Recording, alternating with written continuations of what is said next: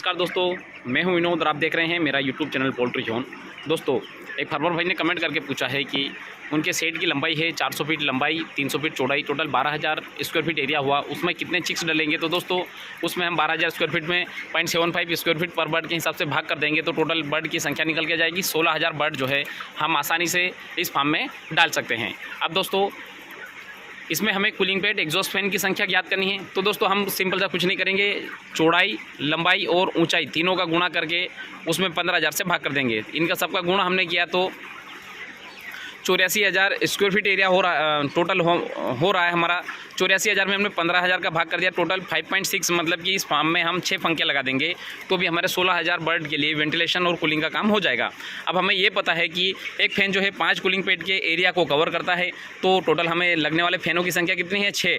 तो 6 में हमने 5 का गुणा कर दिया। इस फार्म में हमें लगने वाले कूलिंग पैड की संख्या जो है ज्ञात हो गई कि हमें 30 कूलिंग पैड लगेंगे। अब 30 कूलिंग पैड के जो एरिया का जो साइज़ भी मैं आपको बता दूँ दोस्तों, ये है कूलिंग पैड। एक कूलिंग पैड की जो साइज़ जो होती है ये 2 फीट चौड़ा होता है। यहाँ से आप देख सकते हैं, यहाँ से यहाँ तक जो है 2 फीट चौड़ा है और इसकी जो हाइट है, पूरी हाइट जो है 6 फीट इसकी हाइट होती है और इसकी जो मोटाई है वो 6 इंच होती है। दोस्तों, मेरे पास में कूलिंग पैड का कोई साइज़ या टुकड़ा स्पेयर में नहीं है, नहीं मैं आपको ज़रूर बताता कि इसकी लंबाई चौड़ाई किस प्रकार से होती है। बिल्कुल मैनुअल आपको मैं नाप के बताता, किंतु मैं एक बार फिर बता दूं कि इसकी 2 फीट चौड़ाई होती है, 6 फीट इसकी ऊंचाई होती है और 6 इंच इसकी मोटाई होती है। चूँकि दोस्तों, जितने ज़्यादा कूलिंग पैड होंगे उतनी हमें ज़्यादा पानी की आवश्यकता होती है, क्योंकि स्क्वायर फीट एरिया भी हमारा ज़्यादा है। जितने ज़्यादा बर्ड है तो उस प्रकार से जो है हमें हमारा फार्म जो है अंदर से ज़्यादा गर्म भी होगा और उस हिसाब से जो है हमें पानी की क्वांटिटी पता चलेगी कि पानी हमें कितना लगेगा इस फार्म को ठंडा करने के लिए दोस्तों। और 30 कूलिंग पैड को हमें पूरा जो है दिन भर पानी चलाने के लिए हमें कितने पानी की आवश्यकता होती। अब दोस्तों, जितने ज़्यादा हमें पानी की आवश्यकता होगी उतने ही ज़्यादा बड़ी हमें टंकी की आवश्यकता होगी। अब चूँकि एग्जैक्ट मान लीजिए हमें 3,000 लीटर पानी डेली लग रहा है, तो इसका मतलब ये तो नहीं है कि हम 3,000 लीटर की ही टंकी बनाएं।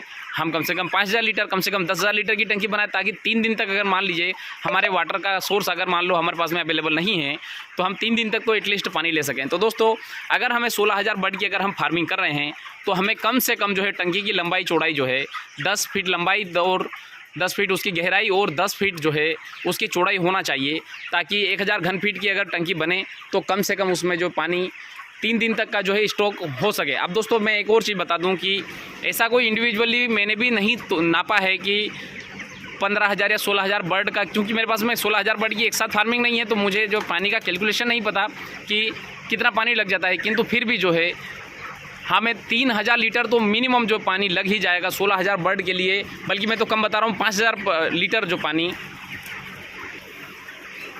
16,000 बर्ड की फार्मिंग के लिए 5,000 लीटर पानी हमें जो है कूलिंग के लिए डेली चाहिए। दोस्तों, अगर ये थोड़ा कम हो सकता है, किंतु अब मैंने बता दिया कि मैंने कोई स्टैंडर्ड से इसका मेज़रमेंट तो कभी लिया नहीं है, किंतु हमारे पास में जो टंकी जो बनी हुई है कूलिंग पैड की, वह 3 दिन हमें चलती है। उस टंकी की जो लंबाई चौड़ाई और ऊंचाई जो है वो 6 बाय 6 बाय 6 में टंकी बनी हुई है। तो दोस्तों, उसमें हमें जो है 5,000 बर्ड के लिए वो टंकी 3 दिन चलती है, तो स्वाभाविक सी बात है आपको जो 10 बाय 10 की टंकी लेनी पड़ेगी और वो 3 दिन आसानी से चल जाएगी। तो दोस्तों, इसी के साथ मैं वीडियो समाप्त करना चाहूँगा। धन्यवाद।